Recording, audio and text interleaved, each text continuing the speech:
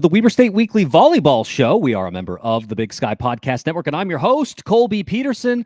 On the show tonight, we've got a player interview for you. We are joined by, we've talked a lot about this freshman class, and so we are bringing on another member of that class. We're going to interview freshman outside hitter Jayda Tupea, who has had a lot of playing time since the Irvine game. So we're going to talk to her a little bit about her formative years as a recent member of the prep ranks in Utah, and talk about making the transition to college volleyball. Then we'll do a little match analysis of the matches up at Portland State and in Club Swenson on Saturday against Northern Arizona. And then that's it. That's all we're going to do tonight. So before we get into all that, I want to encourage everyone, subscribe to the show, whether that's on Apple Podcasts, Spotify, Stitcher. I mean, you can get the show on our website if that's a thing. I noticed that most people like to use Apple Podcasts. Great. And tell your people, man, if you know that there are other people that like to go to Club Swenson with you and take in these good and fun volleyball matches, tell them about the volleyball show and the content that we're trying to put out there. We're also on social media. You can find us on Facebook, Instagram, and Twitter, all good places to chat with us, especially on game day. You know, I've been trying to watch the volleyball matches along with preparing for football stuff. And so we've got two things going on right now, but Saturday was a good time because we had volleyball first, and then we got to go and watch a tough football game later that night. So hit us up on Twitter. It's a great place. And then finally, we have our Patreon. You can go to patreon.com/Weber State Weekly, become a patron, support us. Really appreciate our patrons thus far, helping us to keep the lights on at Weber State Weekly. Thank you so much. And that's it. That's the intro. So now we want to bring in freshman outside hitter Jayda Tupea. Jayda, thanks so much for taking some time to chat with us tonight. Yeah.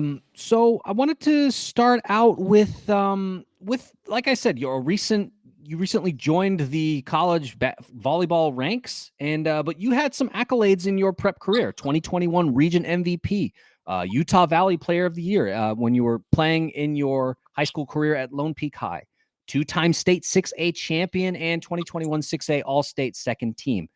So I wanted to ask you a little bit about that time, because that's a lot of accolades for such a young player like yourself. Kind of like talk to us about your formative years and kind of what fueled you to become a player of that caliber in your prep career. I'd actually transferred sophomore year to Lone Peak, so I was only at Lone Peak for my junior and senior year. Junior year, I was still very, I'd say, volleyball. I mean, it's only a DS player, and that kind of said something to me that was myself in those standards. And so I think coming into senior year, I just wanted to be the big player that no one thought I could be sized. And so a lot of people were doubting how. So I think just feeling the doubt from junior year was what fueled me the most in senior year. I mean, that's a common thing at Weber State. We've talked to a lot of student athletes over the years at Weber State Weekly, and often like that's the case, right? Folks feel like, oh man, like you're playing at Weber State, you're not going to be nothing. I mean, of course, one of the shining examples of that, one Damian Lillard, right? Where it's like, nobody really recruited him that much. He did have some offers, but he chose Weber State first. And then as he progressed in his career, he got some serious offers. People saying, hey, you should transfer. You should come to our school. And he's like, nah, you guys didn't want me then. You don't get me now. So I can get it. You know, that's a big part of being a Wildcat. So next question. I think that. Go ahead. No, go ahead. No, tell me. What do you think? I think that like bittersweet. Like I kind of found a way to love all the haters, I guess you could say, but I think that's something that I don't mind it anymore. Yeah, perfect. Well, so now we've talked about, that prep career playing in high school, but also in volleyball. We talked to Michaela Sorensen about this last week. The fact that there's also like this club circuit that exists. And, obviously Michaela playing up in Idaho with the same club that Danny Ney, now Danny Richens, had played for. You played for Club V here in Utah. And or there in Utah, I should say. You were former teammates with folks who are on the roster now at Weber State, Sonny Katoa and Brielle Rickard. So talk to us a little bit about your relationship with them and how you've been able to kind of like build on that and maybe pick up where you left off in club now at Weber State.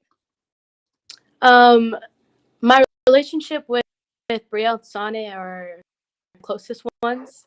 My whole freshman class is really close. I played with Ashley as well, and we just, since we've had that history, I think it's definitely something that makes us so close that my team has to separate us. But I mean, the thing that we had to learn all together to mesh with the other girls, most definitely. I don't think went away from us from club, so I think it kind of just grows season. Yeah, and we've heard, especially this season a lot that when you all travel, that there are certain cars that everyone travels in, right? They're like groups. It's like, okay, you're with Maya, you're with this coach, you're with that coach, and so I guess it makes it a little bit easier to be like, all right, we're gonna hang out in a car for a long time and take these long road trips and go to Southern California or whatever because we've known each other for a long time.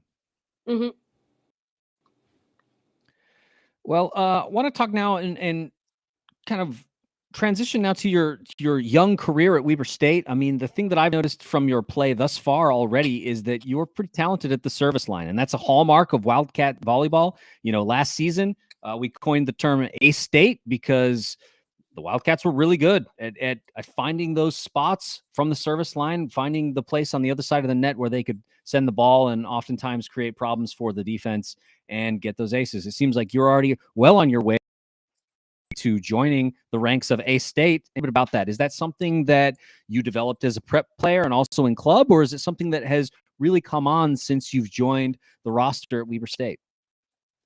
I think it's definitely something that has come on state. In the beginning, I was out due to a heart problem, and so going into, I knew I had one job, one responsibility, and one task that and let my teammates take care of theirs as well. And serving is something that chances to score right now, and so I think that's what I think about it. I want to get my team up there. Either way, whether we're losing, that's something that is really in my mind when I go back to serve. Yeah, I mean, it's definitely something that affects momentum, right? When you get a service ace, and then it's like, and then it comes back. And especially if you can string some of those together, some good sequences together, I mean, it really steals the momentum. And volleyball is such a momentum game, right? So much more than other sports. But that's really interesting mentality. My wife is the same way. She always says, I want to win and I want to win right now. So like, same thing, right? If there's a way to affect the game immediately, it is through service aces, right? Talking now a little bit about the young career or the young season already. I noticed that since the Irvine game and that Southern California trip that you all took, you've played pretty much every game. You've had an appearance in every game and almost every set. And so I wanted to ask if that was like, it seems to me that it's kind of rare that freshmen and a number of freshmen on this roster, especially, some opportunities already in season because the roster is a little bit thin. So you all have gotten tons and tons of opportunities to play against some really good teams already and kind of grow that. And I've talked about on this show about how that is going to pay massive dividends, I think, going into the future, because you all are going to be basically a year ahead of everybody else in the conference because everybody else is sitting there freshmen and sophomores while the juniors and seniors are playing. Right. You all are getting this experience now. It's going to make you very seasoned sophomores and juniors. So talk to us a little bit about that, about getting those opportunities and trying to use them. How have you been using those opportunities to grow as a player already? I like this question a lot. Didn't really think of it like that.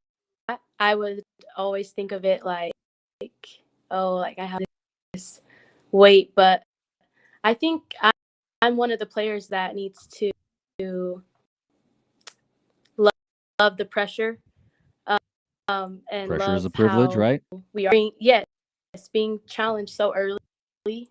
So I think that's something that I've grown to grow from, is just being in the moment while I can, because and they've been here and they've gone through it already. So I think I have other girls that have been through what I've been through already. So it's nice to even be playing with that, is a huge benefit for me and the other freshmen as well. Yeah, I mean, like last year's freshman class, they had the opportunity to play with, some of the all-time greats in the program, making it all the way to the conference championship, losing in 5, obviously on our own floor at Club Swenson, which was a bitter taste, especially to Northern Colorado, which we don't love. Yeah. But the opportunity that kind of they got, and now you get to hear about some of that. And so I hear what you're saying, where it's just like For these sure. chances to get to hear from them, understand what that privilege looks like, what it takes to get to that level, and just immediately put that into play. Really good opportunity, I think, for this roster and the freshman class that you're a part of. Want to talk a little bit now about the season. It's kind of had some ups and downs, right? There's like the thrill of beating UNLV in Vegas, which was a team that had won the NIVC last year. Then some of the lows of like losing to Irvine, which really sucks. It's like, oh man, that was totally a game that was winnable, but just had a rough night, and that's what it is. That's volleyball. And we talked about that in the beginning of the season, that like there were going to be growing pains, that there were not a lot of seniors on this roster, and so that it was going to take some time, and there were going to be bumps, and it feels like that's already happened, particularly against Portland State on Thursday night. Like I said at the top, that first set was close, and that third set was close. I mean, you all were in there. Things just didn't seem to quite fall your way. And so I wanted to talk to you a little bit about you, because you are, like we said at the top, a player who has had a lot of success early, a lot of accolades, and now to be hitting some of these setbacks as in your first season playing D1 volleyball. How do you personally bounce back? And if you are able to do it well, how are you helping your teammates to bounce back as well? Because it can't leave a good taste in your mouth to lose this much, because honestly, with things that you've done, you're probably not used to it. No. It's all about how you respond. Totally. And so losing in the first set, it was just like, it was not fun. The thrill of wanting to bounce back and wanting to next set, maybe, like that's definitely what fires me up. Like that's what it is. I don't like to lose. So I think that's something that fuels me fired up. On the court, I would say I love to celebrate. Even if it's like a little thing, I'll celebrate, because it's just, that's a step forward. And I think that's what, like you said, that's how we gain back some of the momentum that we. So I think that's a huge thing for me as well. And I would say that, there have also been moments, we talked about, losing. Obviously, no one likes to lose, especially when you're as competitive as you and some of your colleagues on the roster are. But there have also been some shining moments, right? The UVU match, where you had big opportunities to get up there and serve and get the Wildcats back in that fifth set. I mean, big opportunities for the freshmen to play the WAC champions on their floor after coming back 2-0. There in the fifth set, I think there were 4 or 5 of you on the floor at that time in the fifth set. A lot of trust by the coaching staff to say, hey, we're going to put this in your hands and see if you can pull out a win against the WAC champions. And you did, which was so impressive. And then did it almost again on Saturday against the Mountain West champions, And so just, yes, there have been bumps, but also some really, really amazing, gritty opportunities for you all to grow and show your quality early.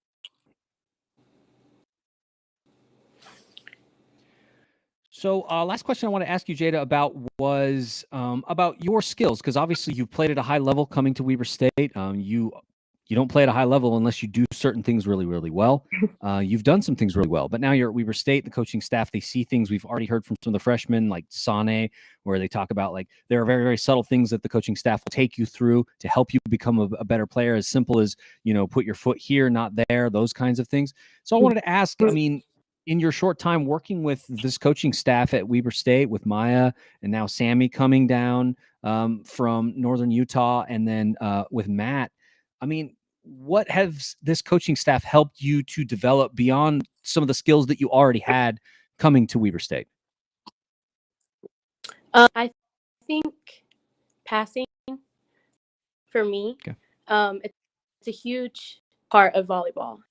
It's Yes. it's the start of the offense for sure, and so the exact opposite of what I had already known, so I kind of had to master it a different way.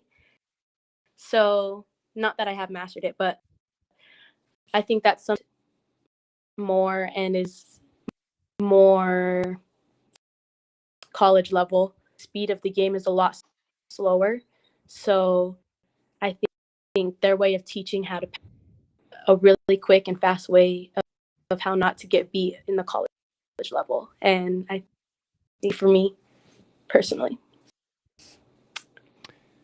Yeah, that makes sense, right? And it feels like, I mean, I'm going to talk about this here in just a moment, but like passing was a particular problem against Portland State on Thursday night. I think that's where things kind of it was really difficult. It was a season low in assists. It was a season low in kills. The offense was just having struggles, and it all stems with passing. And so hear what you're saying for sure. And, good to hear that you're getting opportunities like that. It's good to hear that you're being challenged, right? It seems like that's what Maya and his coaching staff do best, and that's why they've been able to achieve what they do.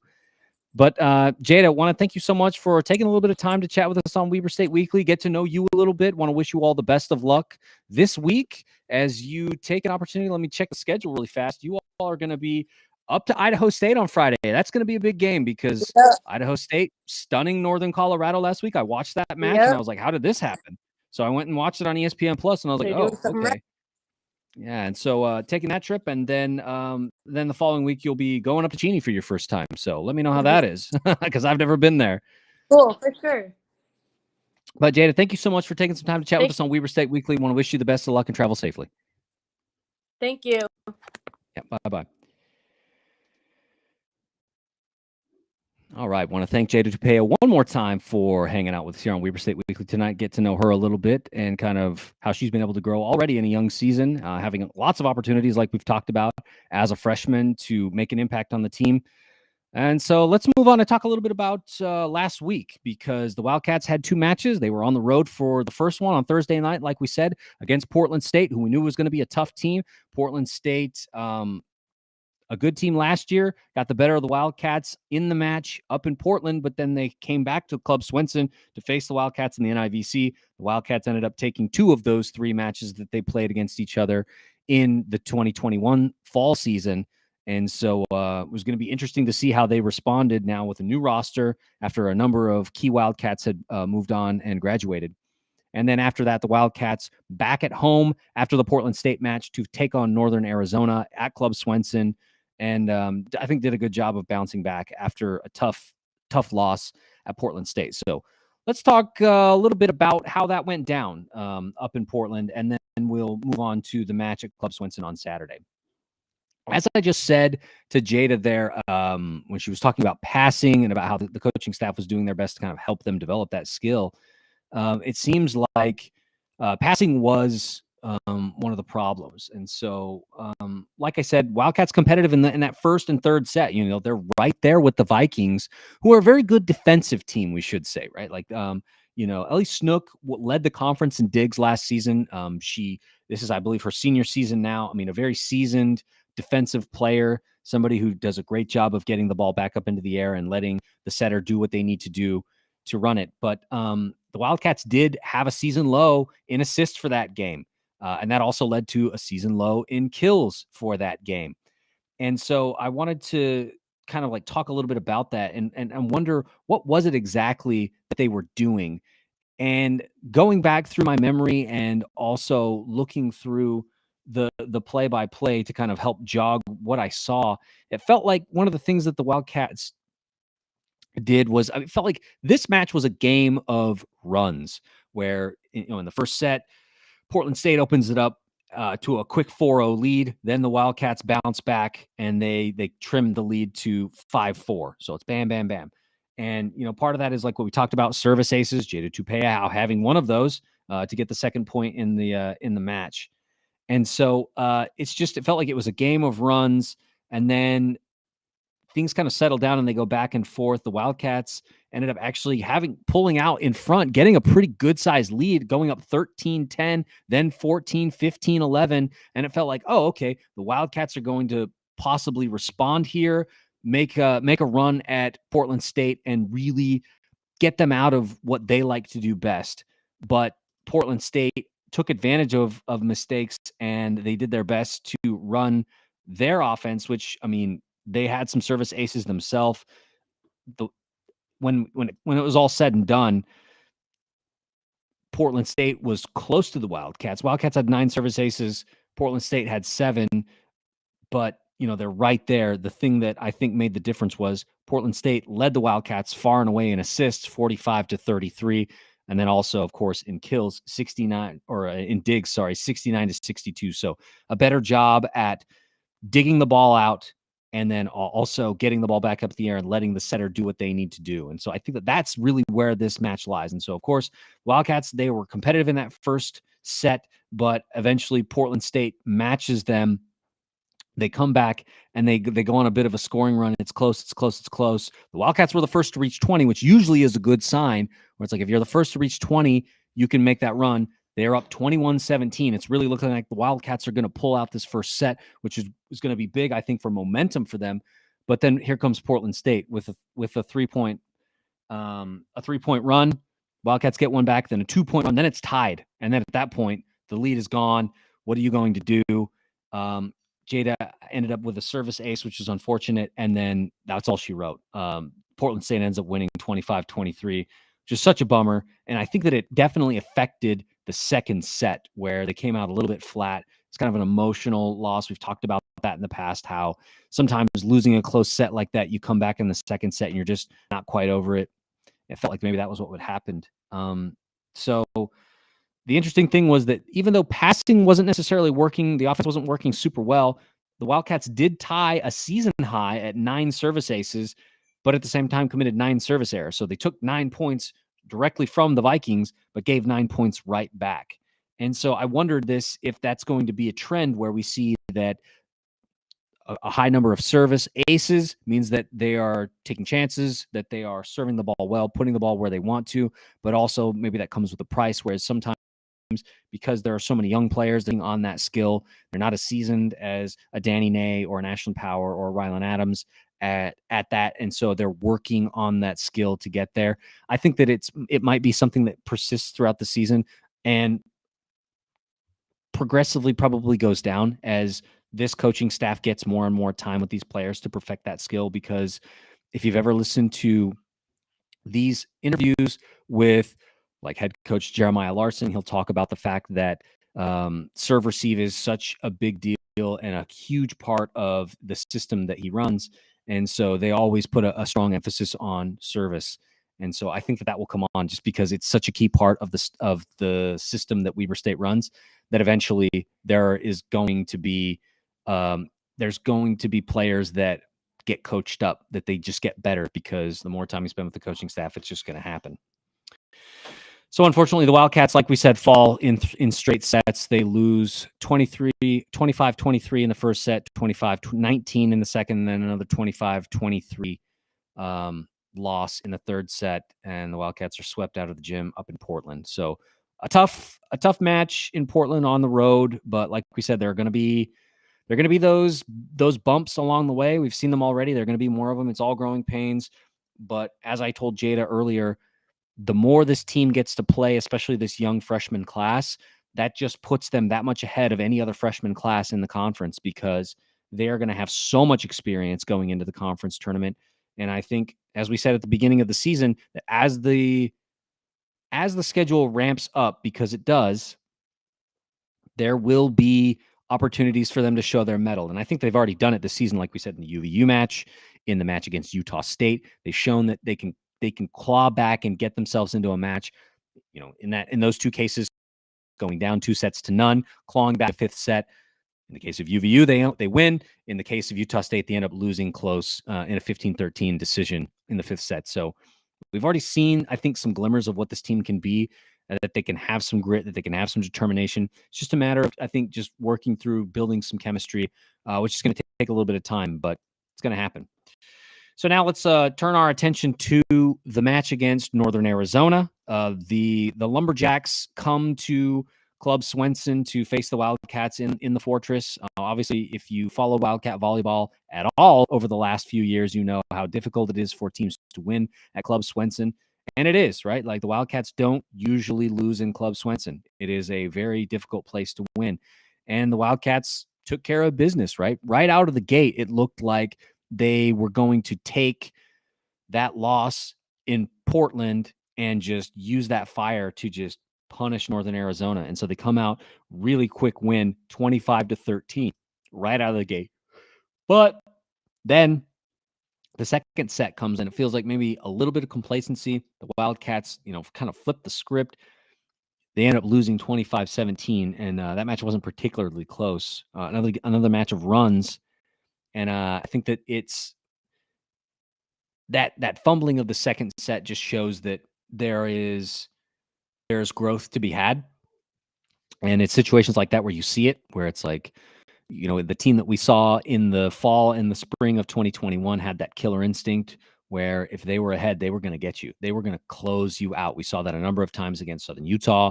We saw it against Eastern Washington, where it was a team that the Wildcats knew they were going to be able to handle relatively easily, and they took care of business against them. I think this team is learning that, but it is a key piece of the culture at Weber State and in Coach Jeremiah Larson's program. And so they're learning those things. So they end up dropping that second set, which is unfortunate, but it is what it is. Then finally winning sets 3 and 4, 25-15, 25-18. Now the Lumberjacks get back to 20 points, not even get close again, and just really kind of close it out. So I think that every time that we see a fumble like that, we see a response, and that should give Wildcat fans heart that they're learning, they're growing. And as the schedule gets tougher and more difficult opponents show, those chances to really take care of teams and get out there in front, I think are gonna, or even some of those close losses, like the close losses in the first and third sets in Portland, are going to have an impact on the team, and they're going to remember those things when they get into more difficult matchups. Want to talk a little bit about that third set in particular, because some names we haven't called a lot in previous two sets, like Jayda Tupea. There was even a kill by Macy Summerall, normally playing libero, but she had a kill in that match, and so it felt like the third set was a team effort. It really felt like the Wildcats were going to do what they could to get themselves back to right the ship. And they really did, right? Like, they come in and right out of the gate, they go on a 3-0 run. And then, it was a little bit of back and forth, but then the Wildcats go on this massive run at 11-9. They rattle off 1, 2, 3, 4, 5 points to go up 16-9, 2 more to go up 18-10. And then a couple of points later, go up 21-12. And at that point, unless a huge collapse happens, the Wildcats are going to win it, which is exactly what happens. There were some things in there. Kills from Jayda Tupea, who really, I think, had a good set. Same with her colleague, Sani Katoa. She was right there. But Jayda is really one of the players that closes it out, along with seeing Danny Richens back at the outside hitter position. She did start that match at libero. So if you look at the stat sheet, it's a little bit weird because you'll see the split, I guess, between Richens and Michaela Sorensen. So 21 digs for Danny Richens, 22 digs for Michaela Sorensen. That's a function of, moving one player from libero to the outside, which is, if you've watched, that's where that's her killing floor. That's where she really takes care of business.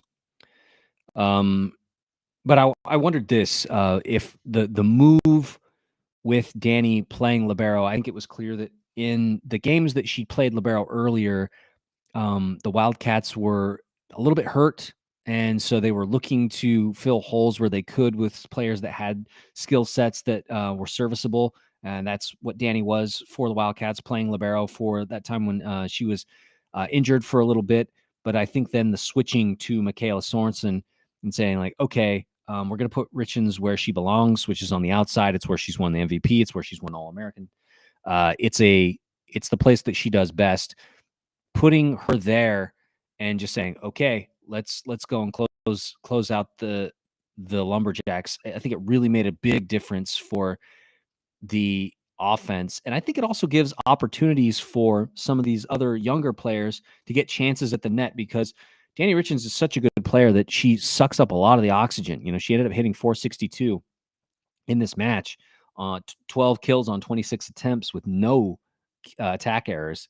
I mean, that's something that teams have to pay attention to. And so she draws the defense to her in a way. It gives Kate Staniford this opportunity then to kind of distribute the ball in other places. And we saw on the other side, Emma Mangum, where she's hitting 367, 30 attempts with 14 kills.